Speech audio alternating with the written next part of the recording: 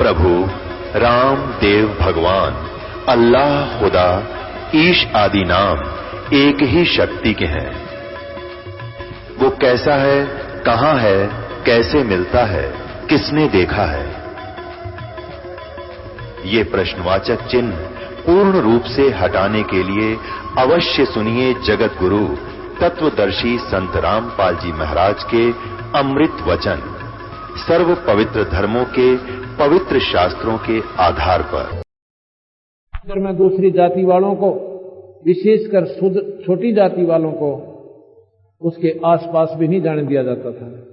वो एक मंदिर है जिसमें जब से वो कंस्ट्रक्ट हुआ है, बना है, निर्माण हुआ है, तब से उसमें कोई जाओ और कोई वहां पर पूजा पाठ करो, किसी को मनाही नहीं है। एक समय की बात है, जब मंदिर बनकर तैयार हुआ, उसकी मूर्ति का निर्माण करवाना था। अब मूर्ति बनावे कौन बना देखे? कबीर साहब 81 साल के वृद्ध का रूप बना के, रूप बदल कर राजा के पास जाते हैं। इंद्र दमन, मैं मूर्ति बना सकता हूं, कारीगर हूं, और सारे हथियार डाल रखे जोड़े में। कहने लगे जी काफी कारीगर आए, उनसे बनी नहीं, कि मैं बना दूंगा, पर एक काम करना, जब तक मैं नहीं कहूं इस कोठरी को खोलना नहीं जिसमें यह मूर्ति मैं बनाऊंगा। अच्छा जी। एक कमरे में वो पत्थर रख लिया, जो भी जिसका वो बनाने थे, और सारे औजार लेकर महाराज जी ने अंदर से सांकल बंद कर ली। कहते हैं 1 हफ्ता तक बनाते रहे, और भी ज्यादा समय लग गया। एक दिन गोरखनाथ जी आ जाते हैं, राजा से कहने लगे कि मंदिर में मूर्ति स्थापना नहीं करी। कहने लगे जी कारीगर बना रहा है, और ये बन जाएगी तब स्थापना करेंगे। गोरखनाथ कहने लगा मैं देखना चाहता हूं उसे, मुझे दिखाओ, कहीं गलत ना बना दे कोई। राजा ने कहा कि साहब नाथ जी उसको देखना नहीं, अभी कारीगर ने मना किया है कि जब तक मैं ना कहूं इस दरवाजे को खोलना नहीं। गोरखनाथ जी ने लाल आंख कर ली उसकी तरफ, गुस्सा हो गया। अब भाई गोरखनाथ संतों से डर लग गए।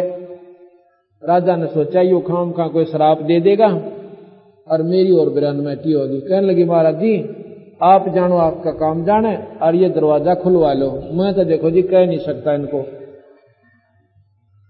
गोरखनाथ ने जोर जोर से धक्के मारे, दरवाजा खोलो कारीगर, दरवाजा खोलो कारीगर। दरवाजा क्या न खोलने थे, धक्के से तोड़ दिया दरवाजा। कहते हैं हाथ बनाने रह गए थे, हाथों को बनाना रह गया था, टूंड रह गए, न्यू के न्यू, पंजे नहीं बनाए। जब दरवाजा खोल दिया वहां पर कारीगर नहीं पाया, और मूर्ति इनकम्प्लीट, सिर्फ हाथ बकाया थे, वो हाथ भी नहीं बने किसी पर। उसके बाद वो न्यू की न्यू, वो टूंड आज भी जगन्नाथ के मंदिर में स्थापित है, वो मूर्ति जगन्नाथ की। ऐसे प्रत्यक्ष प्रमाण होते हुए भी बंदी छोड़ के ऐसी परम शक्ति को ना जाने किसने अज्ञानतावश इस महापुरुष को दबा कर रख दिया। एक समय की बात है कि सिकंदर लोधी काशी में आया हुआ था, और कबीर साहब विशेष चमत्कार उत्सर्जन कराया करते जिस दिन वो राजा वहां आता था। और काशी नरेश के पास वीर सिंह बघेला ने एक राज दरबार उस राजा का न्यारा बनवा रखा था, सिकंदर लोधी का। एक राजमहल, एक राज दरबार, जिसमें वो अपना विशेष दरबार लगाता था कुछ समय के लिए आकर के। तो कबीर साहब शाम के समय रविदासियों के साथ और सिकंदर के पास चले जाते हैं, अपने उसके दरबार, उसके राजमहल में बैठ जाते हैं, दरबार में। साथ ही साथ था ऐसे जैसे बीच में द्वार कमरा, बीच में गेट था। उस दिन वो राज दरबार में बैठे हुए थे, साहब भी वहीं चले गए, रविदास जी साथ थे। साहब को आसन दे दिया ऊंचा, और सिकंदर अपना नीचे आसन पर बैठ जाते हैं। कबीर साहब एकदम खड़े होते हैं, खड़े होकर अपने पैर पर लोटे का पानी, जो अपने करमंडल लोटा साथ में रखते थे, डोली रखे हाथ जैसे, उस लोटे का पानी अपने पैर पर डाल दिया, पंजे पे, और इतना बड़ी आसन था वो गीला हो गया। शेख तकी बैठा था वहां पे, साथ था वो। कहने लगा, अरे ओ पागल, ये क्या कर रहा है तू? राजा को नो दिखाता ही कि देख बौले भगत ने और गीला कर दिया इतना सुंदर आसन। सिकंदर का भी ध्यान उधर गया को देखा कि महाराज जी क्या बात होगी, पैर को क्या लग गया? कहने लगे, जगन्नाथ के पांडे का पैर जल रहा है। वो खिचड़ी तारा था। खिचड़ी कैसे बनती है वहां पर? 8-7 मटके एक दूसरे के ऊपर रख देते हैं ऐसे, और नीचे से अग्नि जलाते हैं। उसमें सबसे ऊपर वाला मटके की खिचड़ी पहले पकती है, उसके बाद वो उतार लिया जाता है, दूसरे की पकती है, फिर उतार लिया, इस करके वो सारी पकाई जाती है। जो ही वो पांडा ऊपर से ऐसे मटका उतार रहा था, वो जोर डटा कोनी और ऐसे वह खिचड़ी लुढ़क गई और उसके पैर पर उबलती हुई खिचड़ी पड़ गई। और कहते हैं मैंने वह बुझा दी, वह आग बुझ गई ना, मर जाता, इतनी जबरदस्त पीड़ा होती उसको। सिकंदर लोदी उस शेख तकी ने बोला, जी देखो ये तो झूठ है जी, मैं नहीं मान सकता। तो क्या करें? कबीर साहब ने नाम बता दिया कि उसका नाम दीन दयाल था, है उस पांडे का। तो शेख तकी के कहने से सिकंदर लोदी ने वो एक दूत भेजा, 2 ऊंटा के ऊपर 2 सवार भेजे।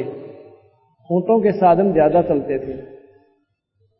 वो कई दिन में पहुंचे, 7 दिन में वहां पहुंचे, और वो दिन और समय तारीख उन्हें नोट कर लिया था। जाके पूछा कि ऐसे ऐसे दीनदयाल नाम का कोई पांडा है?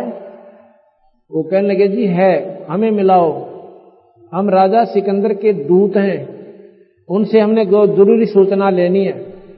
जी वहां पहुंच गए। क्या नाम है आपका? कि दीनदयाल। इस तारीख को इस समय आप कहां थे? मंदिर में था। क्या कर रहे थे?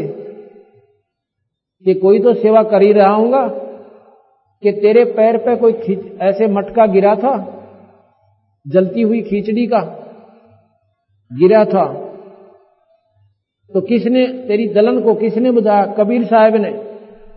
कौन कबीर? काशी वाला। कहां रहता है? वो तो हरदम यहां रहता है, रोज आता है यहां पर, और जगन्नाथ के ये जितने भी सेवक हैं सब उनके रोज दर्शन करते हैं। कहने लगा, वो तो वहां भी था, यहां कैसे आ गया? हमने नहीं मालूम कहां था, यहीं पर आया हुआ था। उसके और भी कई गवाह थे कि ऐसे ऐसे कबीर साहब साथ खड़े थे, इतना ठंडा पानी डाला जैसे बर्फ का होता है। अगर कबीर साहब बर्फ पानी नहीं डालते तो हम ले जाते, इतना तो वो मर जाता। उन्होंने, दोनों दूतों ने अपनी अपनी पूरी स्टोरी उनकी लिख ली, पूरी कहानी, और दस्तक करवा लिए को 20-20 व्यक्तियों के।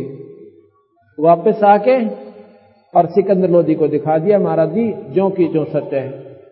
बोल सतगुरुदेव। अभी आपने सुना था कि राज दरबार में साहेब कबीर ने पग पे डाला पानी और जगन्नाथ के पंडे के पैर किया पड़गी आग बुझानी, और दूत भेज के पूछी कहानी, ज्यों की त्यों ही पाती है, सतगुरु अपना साथी है। सतगुरु हरदम साथी है, मूर्ख मनुआ काल की जनता क्यों सताती है।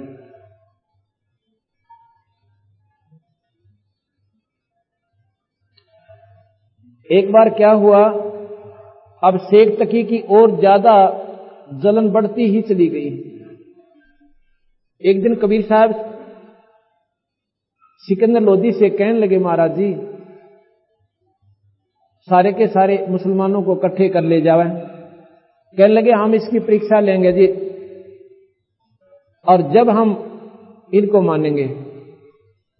सिकंदर बोला, जी एक बात बताओ पीर जी, आपने कितनी परीक्षा ले ली और संतों को दुखी नहीं कराया करते, आप तंग पा जाओगे। आप तो खुद जान हो, आप सभी कहते हो कि संतों का आदर कराया करें, और तुम उनके साथ ऐसी बदतमीजी कर रहे हो कि मेरे ख्याल में दुश्मनी भी ना करें, तो हम आपके नियम का कैसे अनुसरण करेंगे? कहने लगा, विद्वान मत बन सिकंदर,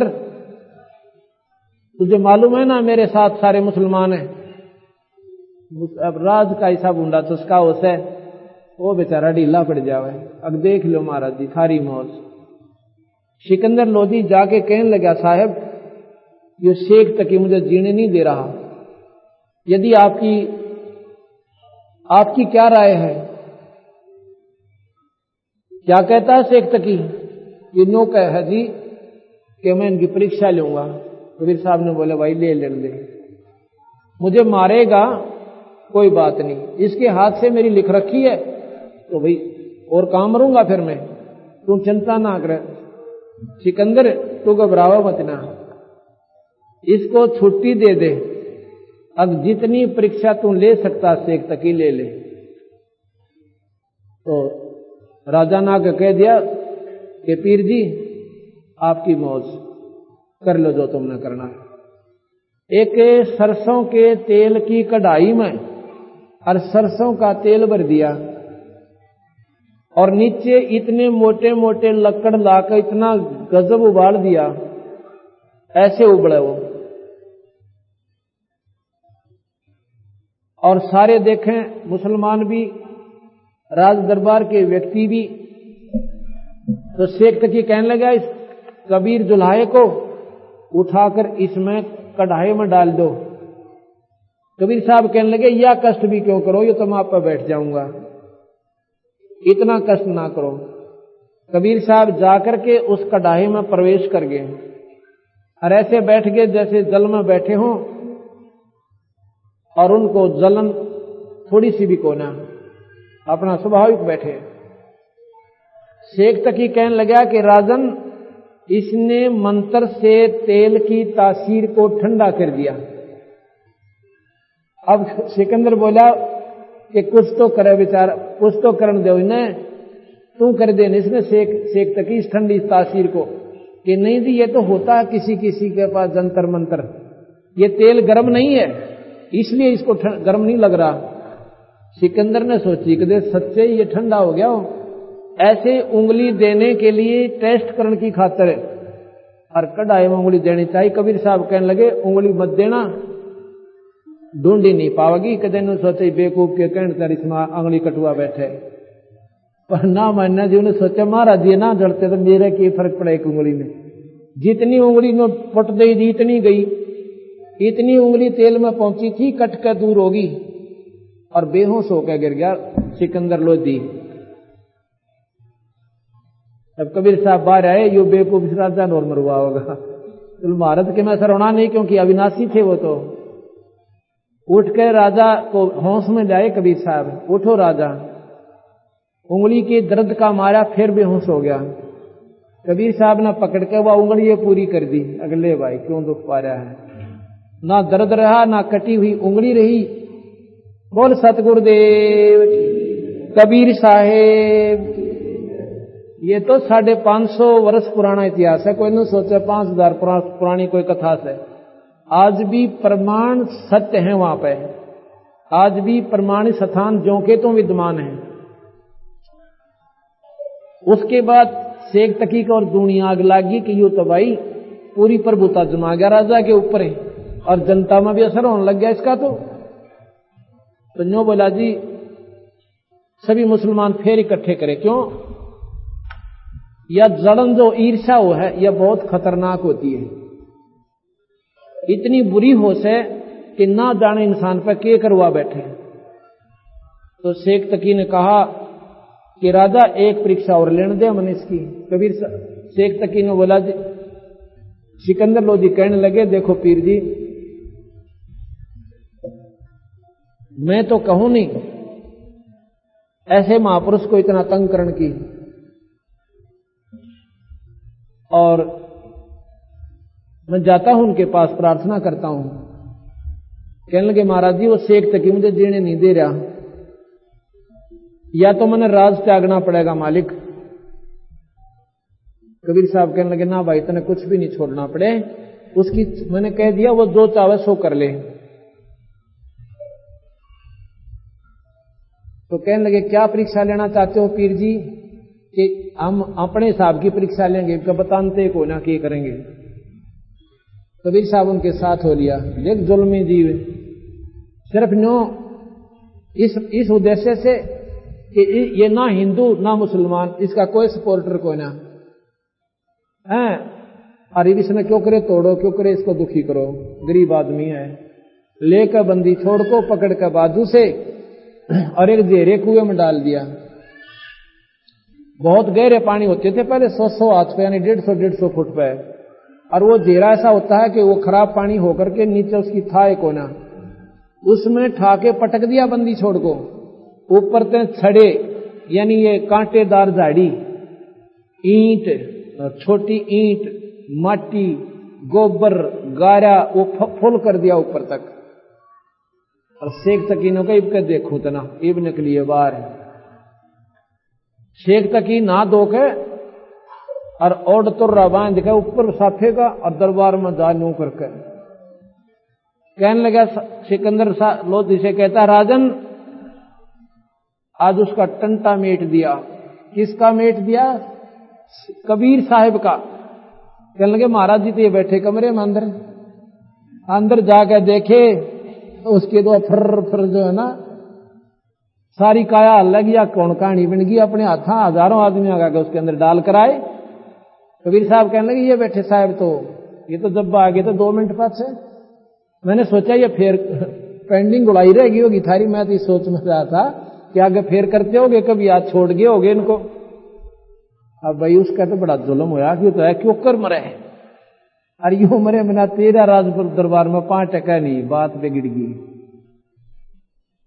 उसने क्या करा, 5-7 गुंडे तैयार करे कि आज कबीर साहब को काट का नाम है, रात ना उसकी झोपड़ी में काटेंगे। 5-7 गुंडे लेकर तलवार लेकर स्वयं शेख तकी साथ गया। रात्रि के समय कबीर साहब सो रहे आंगन में, चांद का चांदना। अन्नो बोला कति टुकड़े टुकड़े करने इसके बच नहीं जा। ऐसे मंडगे उसकी बंदी छोड़ के जैसे सानी काट देते हैं, टुकड़े न्यारे न्यारे हो गए। और तलवार मारे ऐसे निकल जा जैसे पार निकल गई हो। वो तलवार मारे जैसे पेरा भी नहीं कहा रुई काट रहे हैं या कितना लग भी ना रही है, पर शरीर न्यारे हो जा। और वो नो बोले ले जी शेख तक आज काट दिया, इसकी सारी बीमारी तेरी खत्म कर दी है। वो चलन लागे, कबीर साहब खड़े हो गए। कहने लगे शेख तकी बैठ जाओ कि मैं दूध पियो, हमारे दरबार पर पहली बार आए हो द्वार पे। उन्हें देखे ना खड़े वो काटड़िया ने, उनकी इधर टट्टी पेशाब और वो मारी डांक बुखार चढ़ गया कि यो के बीमारी भाई भूत तो नहीं है। कहते हैं 7वें दिन बंदी छोड़ने जाकर 4-5 का बुखार उतारा। इतना भय बढ़ गया उनके गात में। कहने लगा बोले पुरुषों क्यों मरो हो, तुमने मरना है, ये शेख तकी मरवा हो तुमने, और मुझे कोई मार नहीं सकता। इस पागल के चक्कर में मत आइयो आगे। और मैं कोई भूत कोई ना भाई, मैं भी तुम्हारे जैसा इंसान हूं। जब जाकर उनका कलेजा धड़कन बंद हुई थी उन गुंडों की, जो शेख तकी के कहने से उस बंदी छोड़ भगवान को काटने के लिए गए थे। एक समय की बात है कि कबीर साहब ने सोचा, क्योंकि साहब के 64 लाख से हो गए थे, 64 लाख। उन्होंने सोचा कि इनको कोई मेरे प्रति विश्वास भी है या मेरे चमत्कारों को, लीलाओं को, अपने हुए सुखों को देखकर और देखा देखी नाम ले रखा है। इतनी कठिन परीक्षा ली बंदी छोड़ने, इसलिए ये उदाहरण पेश कर दिया कि अपने गुरु को कभी भी शक की दृष्टि से मत देखना, नहीं तो आपकी भक्ति बर्बाद हो जाएगी। गुरु के अंदर दोष देख लिया तो क्या किया। एक दिन एक काशी की मैसूर वैसा जो प्रसिद्ध गणका थी वैसा थी और खूबसूरत थी, और सबने मालूम था कि वैसी बद औरत है। उसको अपना मार्ग समझाया कबीर साहब ने। कहने लगा बेटी ये मनुष्य जन्म बर्बाद करने के लिए नहीं मिला। अज्ञानता में ना बेरा किस पर की गलती हो जा, अब इस कर्म ने त्याग के और अपना भजन करा करें। महाराज जी मैंने नाम दे दो, आज के बाद हमने अपना भक्ति मार्ग ही पकड़ना है, तो रोटी भूखी भी रह जाऊं। वो लड़की अपने दुष्कर्म ने त्याग के सद्भाव से भक्ति पर लग गई। एक बीमारी और है हमारे संसार में कि 2 फीट एक बार ला दी उसने उतारे कोना। वो लड़की भक्ति करे और 6 महीने हो गए उसने नाम लिए न, और लोग फिर भी उसको वैसा कहते हैं, उसको गणका कहते हैं। कबीर साहब कहने लगे, बेटी एक काम करा जो मारा तू। जो बोली, महाराज जी ये जान भी आपकी है, जहां लाओ वहां ला लो। कि ऐसे करना, कल तू खूब हार श्रृंगार करके और अच्छी तरह कपड़े सुंदर पहन के हमारे साथ चलना। अच्छा महाराज जी। तो लड़की ने सुबह उठकर अपने सारे नहा धोकर स्नान किया, सारे हार श्रृंगार पहन कर चल पड़ी। रविदास जी कबीर साहब एक किराए पर हाथी ले आए। हाथी का ऊपर आगे तो कबीर रविदास को बैठा दिया, भाई तो हाथी नहा के जाइए, और बीच में वह लड़की बिठा ली और एक बोतल में गंगाजल भर लिया शीशी में, और लड़की के कंधे पर हाथ धर लिया। वो तो उनकी पुत्री थी, लेकिन जिसमें जैसा विकार वो अपना ही आपे देखा करता है। लड़की के एक हाथ कंधे पर रख लिया, एक हाथ से वो दारू पी रही है जैसे दुनिया की दृष्टि में, वैसे वो गंगाजल था। और काशी के बाजार में कह निकल गए सारे कह, जो भी देखे वही न्यों कह, देखो भैया आओ तुम्हें दिखाऊं, हम तो पहले ही कहते थे कि ये तो गुंडा व्यक्ति है, ऐसे औरतें इसके पास जाती हैं और तुम मान्य ना करते। उनके शिष्यों को लाओ पकड़ पकड़ कर गुद्दी से, अब देख तुम्हारे गुरु के कुक्रम, हम तो पहले कहते थे ये नीच दुल्हा है। अब हमारे कैसे अनजान थे, उन्हें सोची भाई साचे आप तो गुरु जी अनसाला पाड़ दिया, हम तो कितने जोगे को ना छोड़े। लेकिन उन बुद्धि भ्रष्टों ने ये नहीं सोचा कि ये महापुरुष और ये कर्म हाथी पर बैठ कर करें, पर बुद्धि भ्रष्ट होगी हमारी। अपने गुरु को गालियां दें, कोई न कहो मैंने तो वैसे ही नाम ले लिया था, एक दिन चले गए थे, 2 बात सुन ली थी, मैं उनका चिल्ला चला को नहीं। सारे 64 के 64 लाख नरक में चले गए गुरु के प्रति दोष देख के। कहते हैं 2 बच गए, अर्जुन और सर्जुन नाम के। वो बाहर गए हुए थे, वापस आए, उन्होंने भी सुना कि ऐसे ऐसे गुरुदेव ने चाड़ा कर दिया, कभी कितना जोग का काम नहीं छोड़ा, हम तो बाहर निकलने जोगे नहीं रह रहे। भाई क्या हो गया कि ऐसे ऐसे एक गणका के साथ बहुत बुरा कर्म करते देखे सारी दुनिया ने। ऐसे तरह बोला, जो बोला रहा मुंह बंद का बात करो, महाराज जी ऐसा कर्म कभी नहीं कर सकते। जो बोला कोई ना दस्ती, अगर नहीं मेरा हमारा यकीन नहीं है।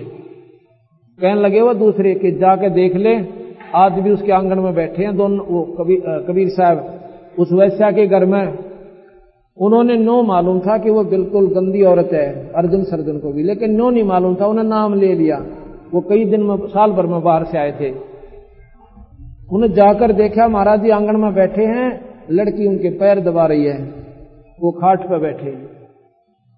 ऐसे गली में खड़े होकर अर्जुन सर्जुन कहते हैं गुरुदेव, महाराज जी तो जानी जान से देख रहे थे, बॉडी पीरियड और आन लाग रहे। तो कहने लगे क्या बात है कि गुरुदेव आपने यहां नहीं बैठना चाहिए था, ये तो नीच का घर है। कबीर साहब ने बोले भाई तुम तो मेरे गुरु हो गए, जब गुरु ने आदेश देने लगे कि जाओ तुम्हारा कोई ठिकाना नहीं इस पृथ्वी पे, भाग जाए यहां से। अब वो विद्वान थे, समझदार थे, कहने लगे तुम्हारी मुक्ति नहीं हो सकती। जब गुरु में दोष देख रहा तो दोनों के दोनों हाथ जोड़ के एक टांग पर खड़े हो जाते हैं। कहने लगे महाराज जी गलती होगी, हम पापियों का उद्धार कब होगा? कि भाई फिर दोबारा आऊंगा मैं जब तुम्हारा उद्धार होगा। कब आओगे कि ये अभी नहीं बताता। 100 वर्ष भी लग सकते हैं, 150 भी लग सकते हैं, 200 भी लग सकते हैं।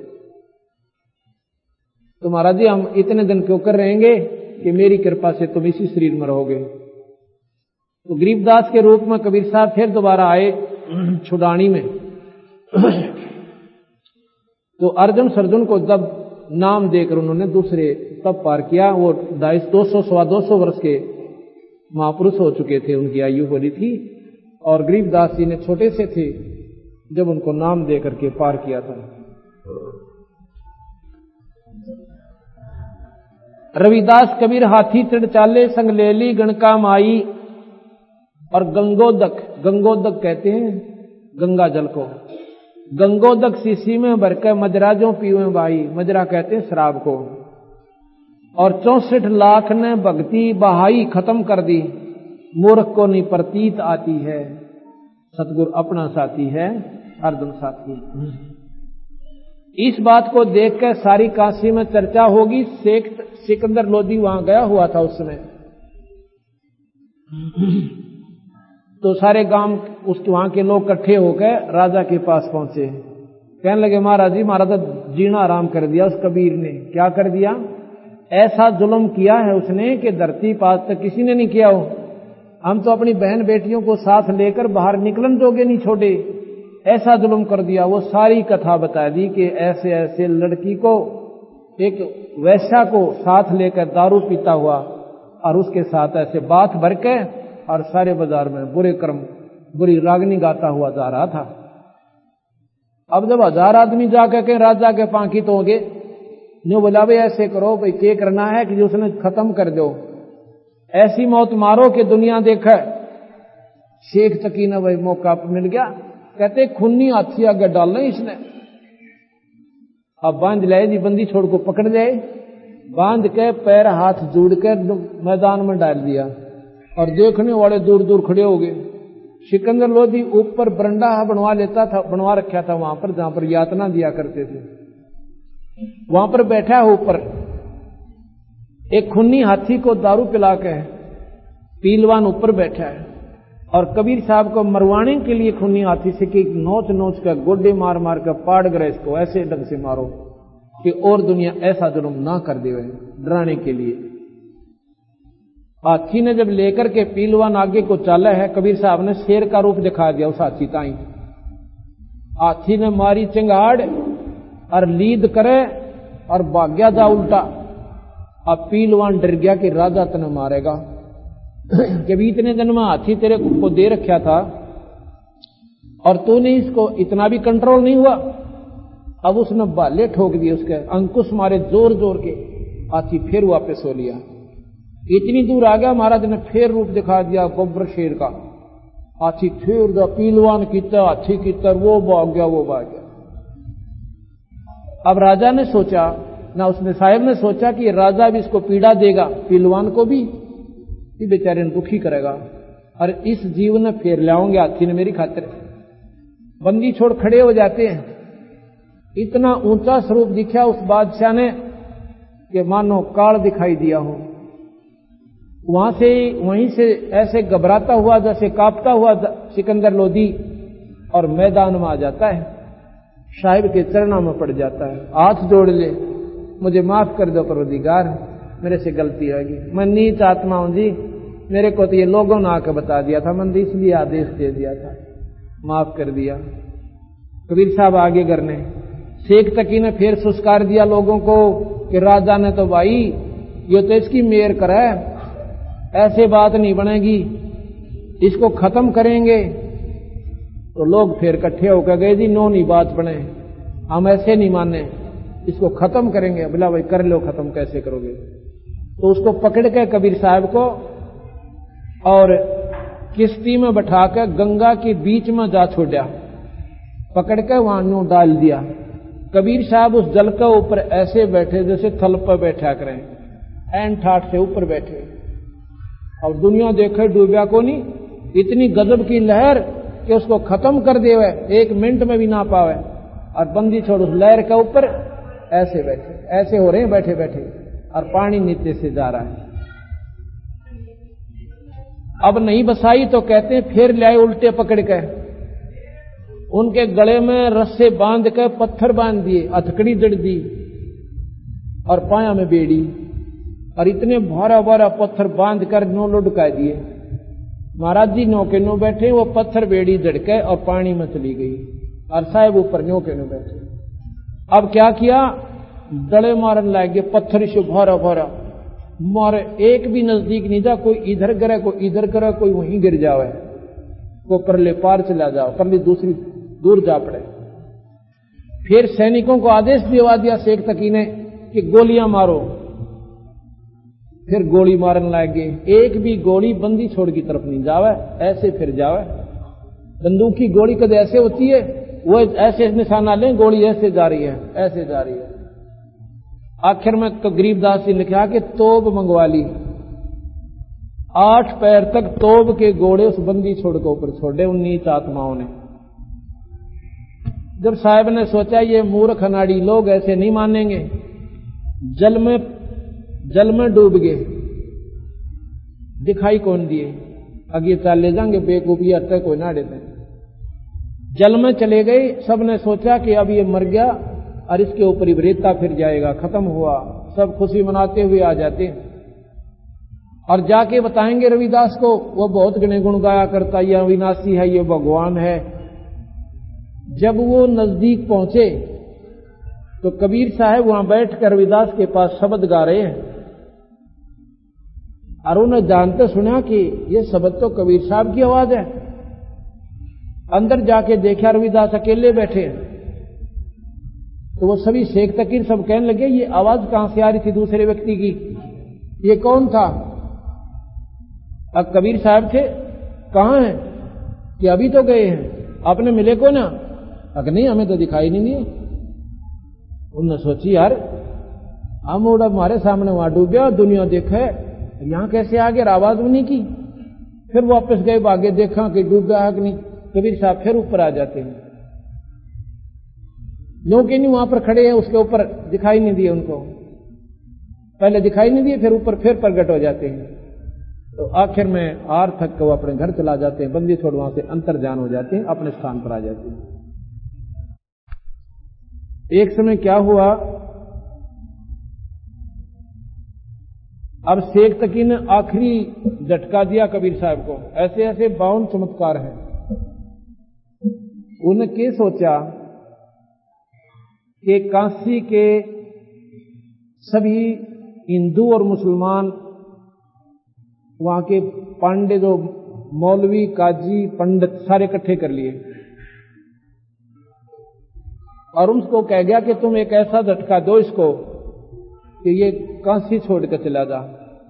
सभी ने विचार किया कि ऐसा करते हैं कि कबीर साहब के नाम का झूठा प्रचार कर देते हैं कि कबीर साहब फलाने दिन भंडारा करेगा, 3 दिन का भंडारा होगा। ऐसा विचार विमर्श करके उन अनजानों ने कबीर साहब के नाम से चिट्ठियां बना बना के सभी महापुरुषों के पास सारे हिंदुस्तान में भिजवा दी। 1 महीना पहले ऐसा प्रचार कर दिया। जिस दिन निश्चित समय था उस दिन 18 लाख व्यक्ति और काशी में चौपड़ के बाजार में आकर डट जाते हैं। बहुत लंबा चौड़ा क्षेत्र था, 18 लाख, जिसमें महात्मा सभी वेखों के, हिंदू और मुसलमान भी सारे आकर के 18 लोग महापुरुष वहां पर इकट्ठे हो जाते हैं। रविदास जी सवेरे सवेरे घूमने के लिए जाता है। वो पूछता है कि महापुरुषों आज कैसे एकत्रित हुए? वो कहते हैं कि काशी के लोगों तुम बावड़े तो नहीं होगे? जो आता वही पूछ रहा है कि आप कैसे आ गए? यहाँ कबीर साहब भंडारा कर रहे हैं, तुम्हें मालूम भी कौन है? रविदास के कौन कबीर? ले तुम कबीर को भी नहीं जानते? जिसने इतना बड़ा भंडारा करने जा रहे हैं, इतना विशाल भंडारा हो रहा है। कबीर साहब रविदास कहने लगे फिर भी बताओ तो कि वो काशी वाला जुलाहा कबीर। जुलाहा कबीर भाई कैसे आए तुम? कोई चिट्ठी गई? हाँ देखो पत्र हमारे पास है। वो पत्र पढ़वाया, पढ़ के सुनाओ। उसमें लिखा कि फलाना दिन काशी में रहने वाला जुलाहा कबीर भी भंडारा कर रहा है। रविदास जी का बेचारा कित जंगल पानी जावा था, वापस हो लिया। आज तक काम कति डबो दिया इन्हें। कबीर साहब से जाके कहा कि साहब आज काशी छूटेगी अपनी। अब क्या बात होगी भाई? वो तो सारी जाने थे।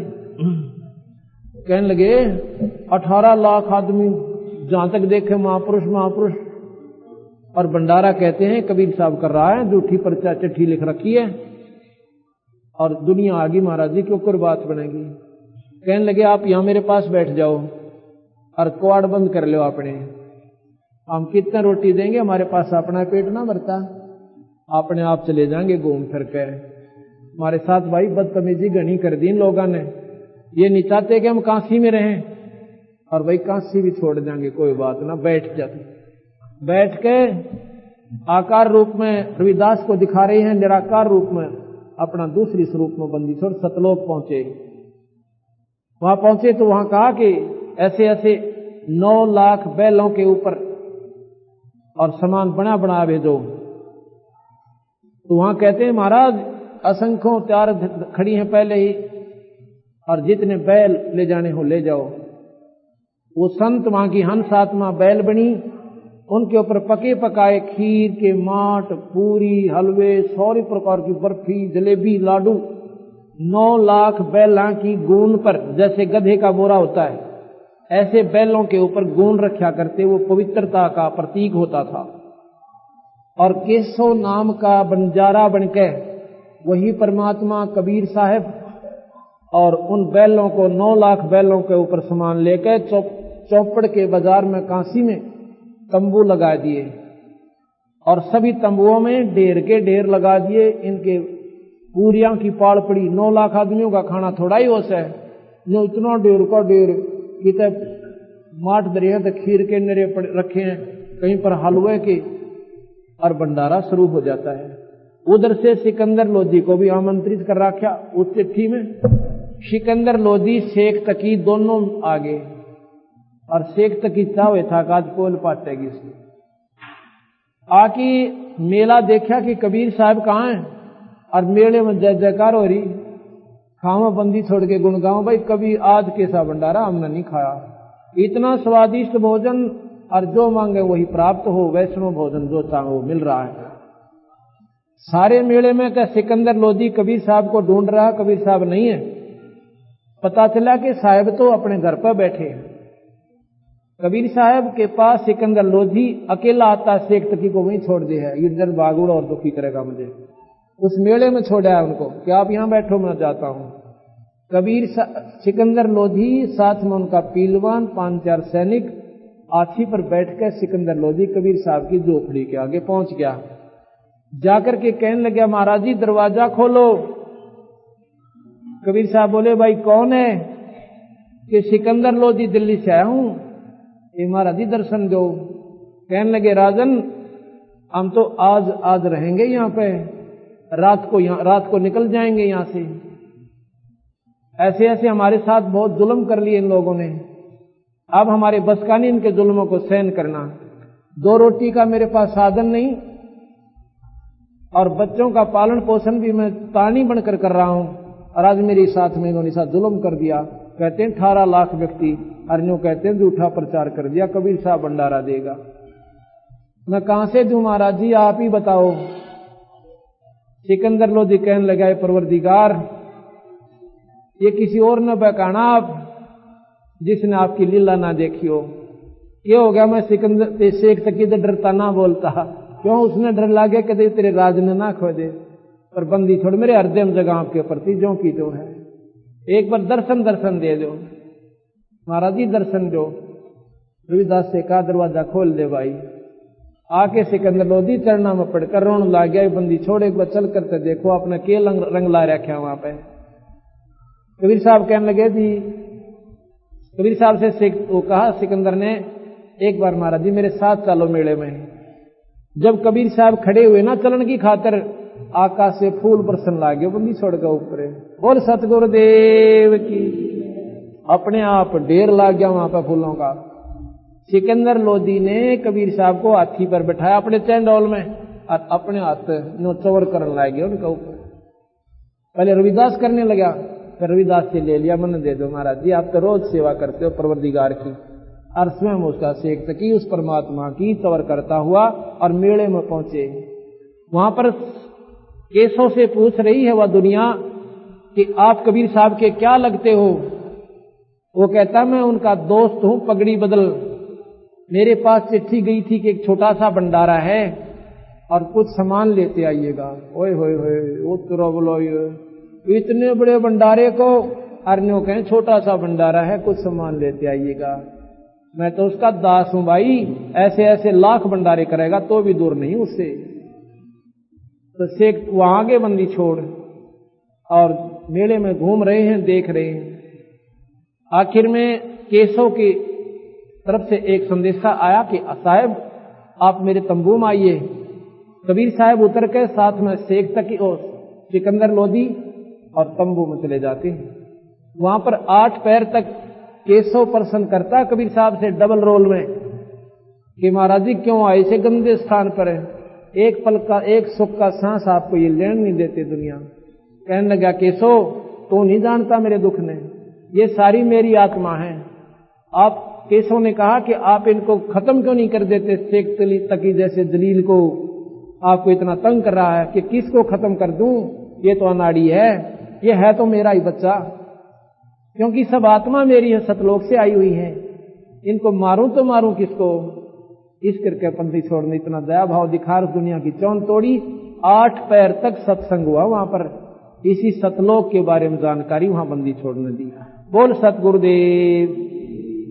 उसके बाद क्या हुआ कि जब वो भंडारा समापन हो लिया, 3 दिन भंडारा चला।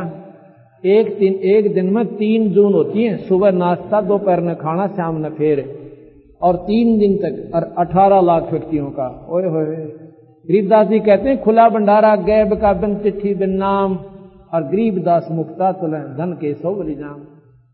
जब चलने लगे वो केशव दुनिया के सामने कबीर साहब में समा गया, अकेले कबीर साहब रह जाते हैं, वहां केशव नहीं रहा। बोल सतगुरुदेव सत साहेब।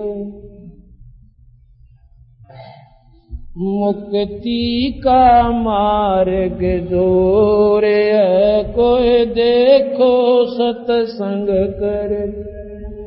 मुक्ति का मार्ग जोर है, कोई देखो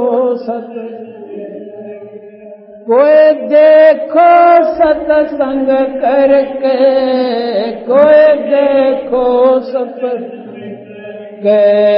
मुक्ति का मार्ग दूर है, कोई देखो। सत्संग किया था अनु बजरंगी ने मुनिंदर जी के संग में। सत्संग किया बजरंगी ने मुनिंदर जी के संग। कहे मुनिंदर सुनो अनुमाना, तुम उलझे फीके रंग में। कहे मुनिंदर सुनो अनुमान, तुम उलझे झूठे रंग में। ये 30 करोड़ राम ओझालिए, जीत जीत के जंग ने। ये 30 करोड़ राम ओझाल जीत जीत। देखा सतलोक नजारा था, विधि पूछी चरण पकड़ के। विधि पूछी चरण पकड़ के, विधि पूछी चरण पकड़। मुक्ति का मार्ग जोर है, कोई देखो करके। मुक्ति का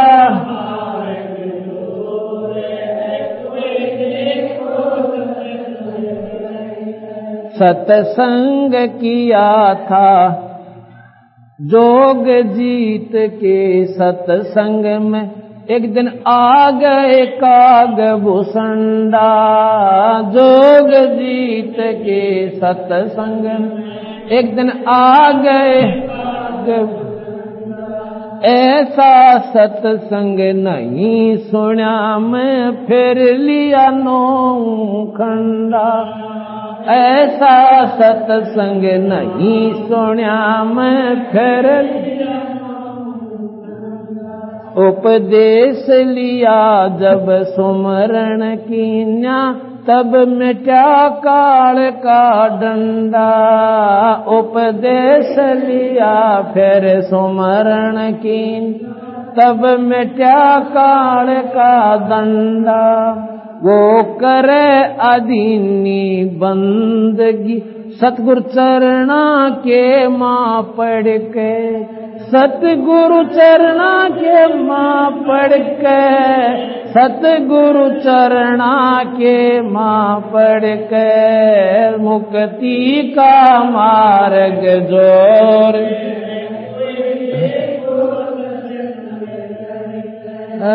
मुक्ति का मार्ग जोर है। कोई देखो सत्संग करके, कोई देखो मुक्ति का मार्ग जोर है। कोई सत्संग किया था सतगुरु जी से पक्षी राज गरुड़ ने, सत्संग किया सतगुरु जी से पक्षी राज गरुड़ ने, आके सत सुकृत के स्वाद बतावे जो गूंगा खा के गुड़ ने, कह सत सुकृत के स्वाद बतावे गूंगा खा के गुड़, अकड़ घनी थी ज्ञान की फिर लगी गर्दन मोड़ने, अकड़ घनी थी ज्ञान की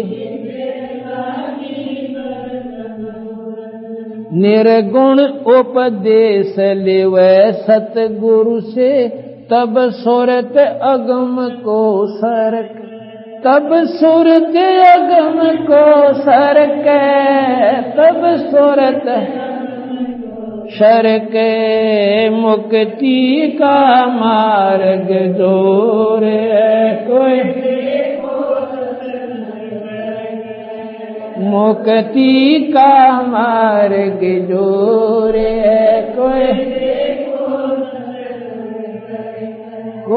देखो सत्संग करके, कोई देखो मुक्ति का मार्ग जोर है। साहेब कबीर ने नानक जी से कही अगम की वाणी, साहेब कबीर ने नानक जी कही अगम की, कह नानक में तो वाको मनुजा की जोत स्वरूप निशानी, कह नानक में तो उसको मान जकी जोत स्वरूपन, देखी सतलोक की चांदनी वा ज्योति फीकी जानी, देखी सतलोक की चांदनी वा ज्योति फीकी, वाहे गुरु सतनाम कया उन गणी उमंग में वर्क, उन गणी उमंग में वर्क, उन गणी उमंग में मुक्ति का मार्ग ओ है। कोई दे मुक्ति का मार्ग जोर है। सत्संग हुआ था मुक्ति का मार्ग और है। कोई देखो के मुक्ति का मार्ग जोर है। कोई साहेब कबीर के सत्संग में एक दिन आ गए गोरखनाथा, साहेब कबीर के सत्संग एक दिन आ गए वो सिद्धि बल से बोलते सतगुरु कहें ज्ञान की बाता, वो सिद्धि बल से बोलता सतगुरु कहें ज्ञान की बात। जब पूर्ण सिद्धि दिखलाई तब नाथ जी रगड़ा माथा, जब पूर्ण से दीद खला तब नाथ जी रगड़ा। गोरख ने वेद शब्द का पाया, सतगुरु चरणा बीच पसर के, सतगुरु चरणा बीच पसर के, ना बीच पसर के, मुक्ति का मार्ग जोरे है, मुक्ति का मार्ग जोरे है। कोई देखो सत्संग करके, कोई देखो के, मुक्ति का मार्ग जोरे है। ब्रह्मा विष्णु महेश ने किया सत्संग गरुड़ के साथा, ब्रह्मा विष्णु महेश किया सत्संग गरुड़ के साथा। तीनों देवानों कहने लगे हम सर्वलोक विधाता, तीनों देवानों कहने लगे हम सर्वलोक विधाता।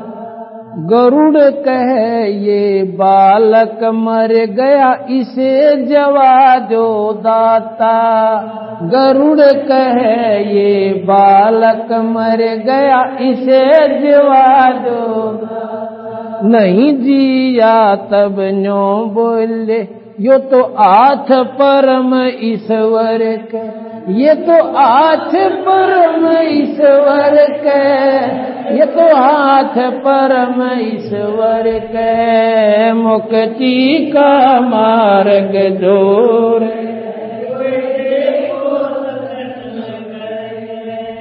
मुक्ति का मार्ग जोर है कोई है, मुक्ति का मार्ग जोर है कोई। सत्संग होया था सामन के घर पे, किसी वही सतगुरु में मनी। सत्संग सामन के घर पे, किसी वही सतगुरु में मन। अन्न नहीं था प्रसाद को, फिर चोरी करण की ठानी। अन्न नहीं प्रसाद को, फिर चोरी करण की। सतगुरु सेवा कारण खुद लई लड़के की परायणी। सतगुरु सेवा का स्वयं लई लड़के की परायणी। भगत वो पाड़ा जीत गए, जो ओए आश्रय सतगुरु के, जो ओए आश्रय सतगुरु के, जो ओए आश्रय सतगुरु के, मुक्ति का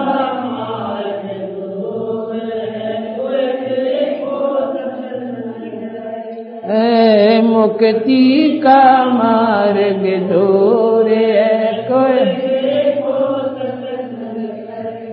कोई देखो सत्संग करके, के मुक्ति का मार्ग जोरे। मान गुमान छोड़ मेरे मनवा, तत्व भेद तब दर्शे। मान गुमान छोड़ मेरे मनवा, तत्व भेद तब दर्शे। प्रेम भाव सतगुरु में ओजा, फिर सज अमृत बरसे। प्रेम भाव सतगुरु से हो, तब सज अमृत बरसे। सार शब्द पाए बिना सतलोक जानन तरसे। सार शब्द पाए बिना सतलो राम पाल मुक्ति को पाले हरदम सतगुरु नाम सुमर के हरदम सतगुरु नाम सुमर के हरदम सतगुरु नाम सुमर के मुक्ति का मार्ग दूर के मुक्ति का मार्ग दूर कोई देखो सत्संग करके कोई देखो सत्संग करके मुक्ति का मार्ग दूर है कोई देखो सत्संग करके सत्संग। अब इस शब्द के माध्यम से परमात्मा बंदी छोड़ कबीर साहब की आपने और विशेष महिमा सुनने को मिलेगी, जिसमें कई बार तो आपका मन स्वीकार करेगा, कभी नाकार करेगा। क्योंकि हमने जो शास्त्र आज तक सुने थे उनसे आगे हमारी बुद्धि बड़ी मुश्किल से सरक पाती है।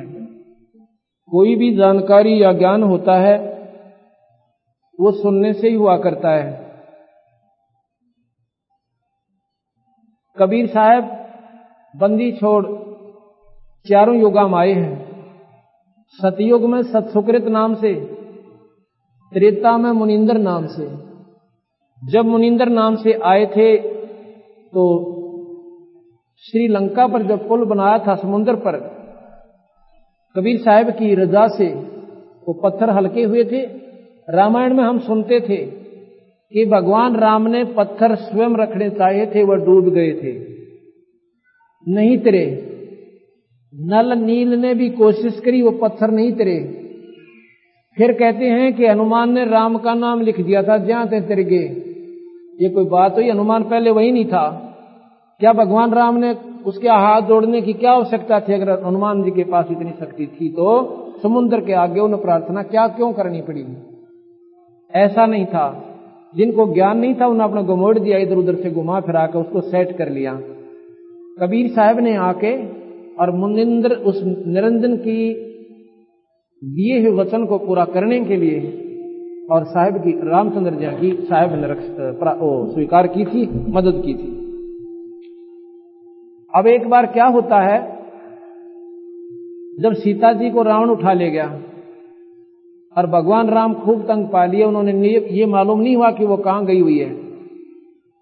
अब यहां पर क्या कहते हैं, बोले आदमी नो के वो तो लीला कर रहे थे। अरे भले पुरुष, वो लीला का समय था। औरत ने उठा ले गए और उसकी इज्जत का नाश होने वाला। अगर भगवान ने बेरा था तो उसी समय और भेज करके हनुमान जी को, क्योंकि वो तिर सकता था, कूद सकता था, और कह देते और जाकर के सेना चला ले जाते, ऊपर तो उड़ा ले जाते। लीला चलो और तो मान ले, लीला भाई रो रहे थे, ऐसे कर रहे थे, लेकिन इतना समय विलंब करना वो लीला क्या थी? नहीं थी। भगवान राम को नहीं जानती वो कहां गई है। ऐसा क्यों? क्योंकि निरंजन ने उतनी ही बुद्धि दी है हमारे को, से अवतार भेजे हैं, उससे ज्यादा उसको बुद्धि नहीं दी। जहां पर जितनी शक्ति, वो 14 कला के भगवान थे। भगवान कृष्ण 16 कला के थे और 2 कला परशुराम की रामचंद्र जी ने ली थी, जब वो 16 कला के हुए थे। और कला तो 1000 कला का भगवान स्वयं निरंजन है, तो 1000 कला के निरंजन के सामने ये 16 कला कुछ भी कोई ना। ऐसा भी नहीं 16 कला में शक्ति नहीं, जैसे 4 हॉर्सपावर की मोटर भी बहुत काम कर दे, लेकिन 1000 ग्वाली का सामने हुआ कुछ भी कोई ना। अब क्या हुआ, हनुमान जी को भेज दिया कि हनुमान तो ढूंढ का भाई। हनुमान जी कहते हैं लंका में कूद जाता है और भगवान राम की एक मुद्रिका लेके गए थे, वो छाप अंगूठी जिस पे राम नाम लिखा हुआ था। अब जाके सारे वन में 9 लखे बाग में घूम लिया। एक वृक्ष के नीचे माता जी बैठी हैं और बहुत ही मायूस ढंग से दुबली पतली हो गई है। छोटा सा रूप बनाकर हनुमान जी पेड़ पर बैठ गए और उसकी आंखों में पानी बह रहा है सीता जी के। हनुमान जी ने ऊपर से वो अंगूठी डाल दी उनके गोड्या में। अंगूठी ने देख के कि ये तो भगवान राम की अंगूठी है। ऊपर ने देखा एक बंदर बैठा है। अब और दूनी डर जाती है कि इन वानरों ने भगवान राम को खा लिया, वो बेहोश हो गए होंगे, क्योंकि मेरी याद में कई दिन की बात होगी, खाना पीना खाया नहीं होगा, दुर्बल होकर गिर गए होंगे। अब क्या कहे उसको? जब उस अंगूठी को देख हनुमान जी ने ना राखी थी, यह माता है, उस अंगूठी को देखकर बार बार मत्थे से लगा रही है और रो रही है। कहते रे बंसर, तने तो आखिरी निशानी भी लाकर दे दी मेरे सुहाग उजड़े की। जब जान गया कि सीता जी है, उसी समय नीचे आ जाते हैं और कहते हैं माता जी, मैं तो आपकी खोज करने खातिर भगवान राम ने भेजा हूं और चिंता ना करें, हम जल्दी आए। जो बोली रे तन तो मेरा कति जल डगा दिया था, क्या की अंगूठी लाया तो आके कह देना चाहिए था, तन तो मेरा कति रही खई भी मार दी थी, पागल यू के कराया तने। तो बोले माता जी, मैंने पहचान नहीं थी आपकी, इसलिए मैंने ये डाली थी कर मारा, वो होगी तो ठीक है, ना तो इसने उठा के फिर भाग लूंगा, और कोई होगी तो न्यो बोली माता जी, मुझे भूख लगी हुई है, रोटी खाऊं? न्यो बोली भाई मैं किसके पूड़े खुआऊं, मुझे समय पर नहीं मिलता यहाँ पर। न्यो बोले फल लग रही है, खा लूं? न्यो बोली भाई देख तोड़ के ना खाइए, अरे मेरा जीना आराम कर देंगे आरामजादे को, नीचे गिरा हुआ तो वैसे खा लिए भाई, न छेड़िए मत ना। उन्हें सोची इन तो कसाइया न भैया, माता जी कति दुखी कर रखी है बेचारी, इतनी डरा रखी है कि यार फल तोड़ती है भी डरे। उसने पकड़ा उसके वृक्ष के चोटी और बगा दे समुद्र में। कहते 9 लाख बाघ कति उजाड़ के गिर दिया, और पहले छक्का खाए और फिर बाकी रहे थे बगा दिए समुद्र में। रखवाले आए, उन्होंने गिर दिए, वो रावण दौड़ गए। यानी लंबी सबको मालूम है इस कथा का। तो हनुमान जी फिर न्यू बोली माता जी, भगवान का क्यों कर पेटा भरा है, मैंने कोई ऐसी निशानी दे दो।